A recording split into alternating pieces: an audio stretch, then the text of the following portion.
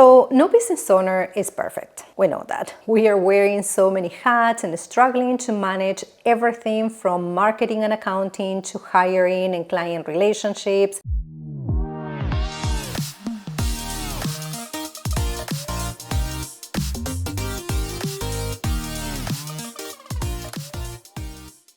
What if I told you that the extra mile you're going for your clients is actually a shortcut to burnout? Or that your white glove service might be costing you thousands? Today, I'm pulling back the curtains on the biggest mistakes that nearly derail my business so you can avoid them and fast track your success instead. Stay until the end to discover the most overlooked TC strategy that can transform your business overnight. So no business owner is perfect. We know that. We are wearing so many hats and struggling to manage everything from marketing and accounting to hiring and client relationships, you name it. And while we all learn from our mistakes, today you get to learn from mine and from the things I hear and see from other TCs. Trust me, these lessons cost time, money, and peace of mind. And I am sharing them so you don't have to pay the same price. And if this video helped you avoid even one of these mistakes, it could save you thousands of dollars and countless headaches. So the first mistake is most common among new TCs, making a huge effort to gather their first clients. You are eager to start generating business, reviews, and creating loyal clients, and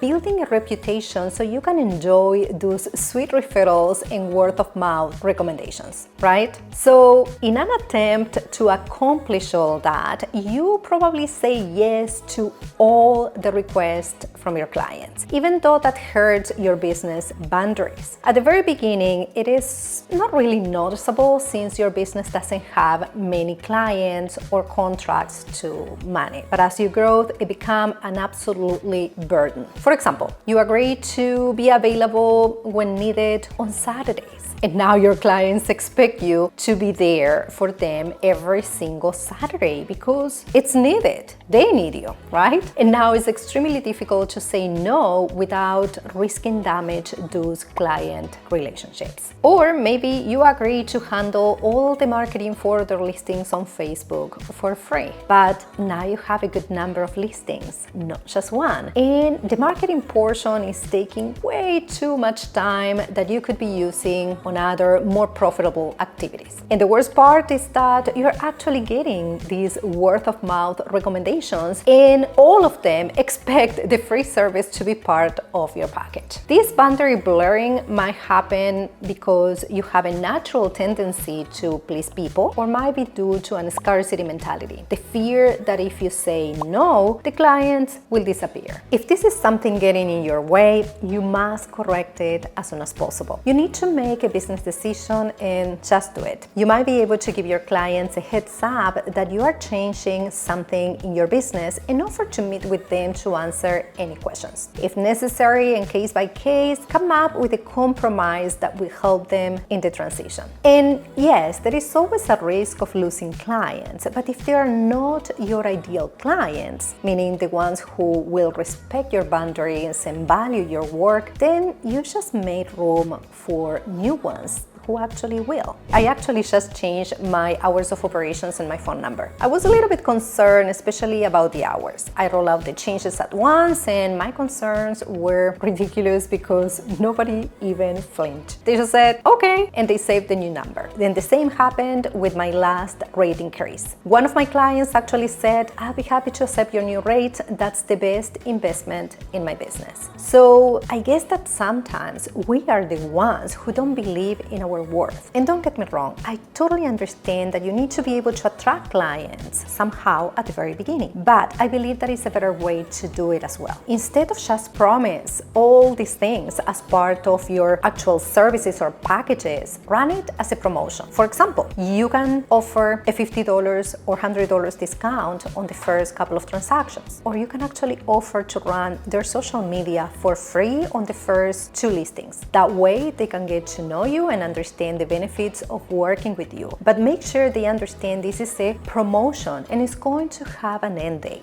That way, after, let's say, the second listing, now you get to charge them if they want you to handle their social media posts, for example. And if you're finding value in this video already, give it a thumbs up. That will help others to also find this content. Now, the next mistake that I see is that people run their business like a side hustle. If you're a friend of this channel, you know that one of my goals is to help TCs and virtual assistants run their business professionally, to increase awareness that being a TC or VA is a serious matter, both for us, business owners, and for our clients as well. We all deserve the respect of taking our businesses seriously. Now, I don't want you to confuse this with having to operate like a multinational company. Everyone operates at their own level, and there are things you can do at every stage of your business. The important thing is to have a constant improvement attitude to learn and implement. So do not do a disservice to your clients. Your reputation will suffer and you will hinder your growth. I recently created a video about investing in yourself and your business and how that looks in all the different stages of your journey. I will link this video here and in the description below as well, so you can check it out after this one. Now, for the next mistake, I see many TCs don't have a security protocol in place. We work remotely, so we depend entirely on our computers and Wi-Fi. So if one of them fails, we fail. So have a plan B. I use a desktop, but I also have a laptop ready. And if by any chance my Wi-Fi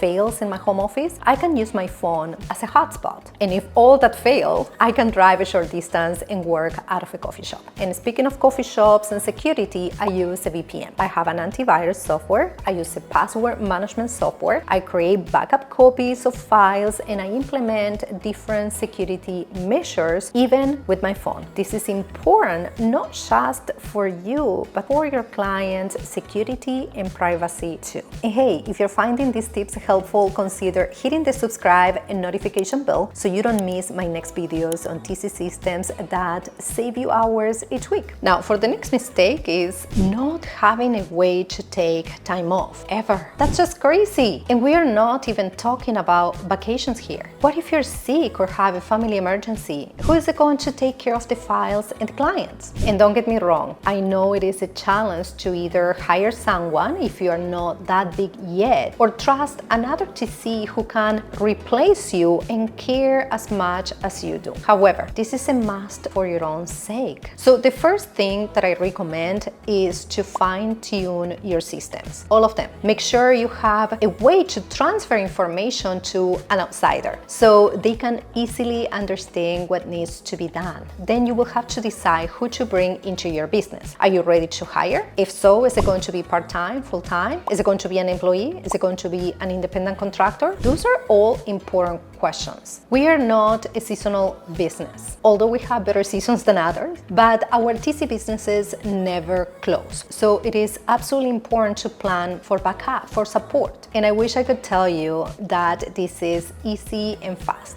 but finding the perfect fit for your business might take time. So please don't wait until the last minute. And the next mistake, I see that very often on aspiring TCs, which are being so worried about your website that you don't launch your TC business. This is often a defense mechanism. You feel busy, so you don't have to take the hard steps of actually starting. And please, don't misinterpret me. I believe a website is a must in today's business world, but I see aspiring TCs spending hours creating their websites instead of putting their systems in place and learning the ins and outs of the role. Without your checklists, your templates, and processes, even if your website brings the clients, you might not know what to do with them. Again, nothing against websites or marketing strategies. You absolutely need them, and you won't survive if you can attract clients. But there is a time and place for everything, and proper priorities matter. And if you made it this far, you are clearly serious about elevating your TC healthy business. Drop a fire emoji in the comments if you have caught yourself making any of these mistakes. Another mistake I see pretty often is underpricing your services. Many DCs charge what they think the market will bear rather than what their expertise is worth. Remember, you're not just managing paperwork. You're providing peace of mind, protecting the transaction, and allowing agents to focus on generating more businesses. When I finally raised my rates to reflect the true value I provided, I not only made more money, but I attracted better clients who respected my time more. If you're afraid to charge what you're worth, you'll constantly be scrambling for more volume and burning yourself out. And another huge mistake is not having an intake form in place. And I was totally guilty of this one. At the very beginning, I didn't handle much volume, so I could get away with receiving information by email, text, phone call, all at the same time. Imagine the mess with information scattered everywhere and all the back and forth. I actually believed that because my agents kind of hate these intake forms and they were busy and they couldn't get bothered, I was doing them a favor in providing a white glove type of service. That was the biggest waste of time for everyone, them and me. First, it took forever to process a file. Then everything felt disorganized because it was disorganized. And it was difficult to maintain a paper trail. I was prone to making mistakes and it was very hard to prove I was actually following instructions given over the phone. Just like with my rate increase or business hours change, most of the problem was in my mind. Once I explained the intake form process to my clients, they started using it without complaint. Even the ones who claimed they hated forms. Intake forms are extremely easy to use and the benefits they bring are enormous. You can use Google Forms, Open to Close offer an intake form as well, and one of my favorites is JotForm. And to learn how to create it, watch this video right here.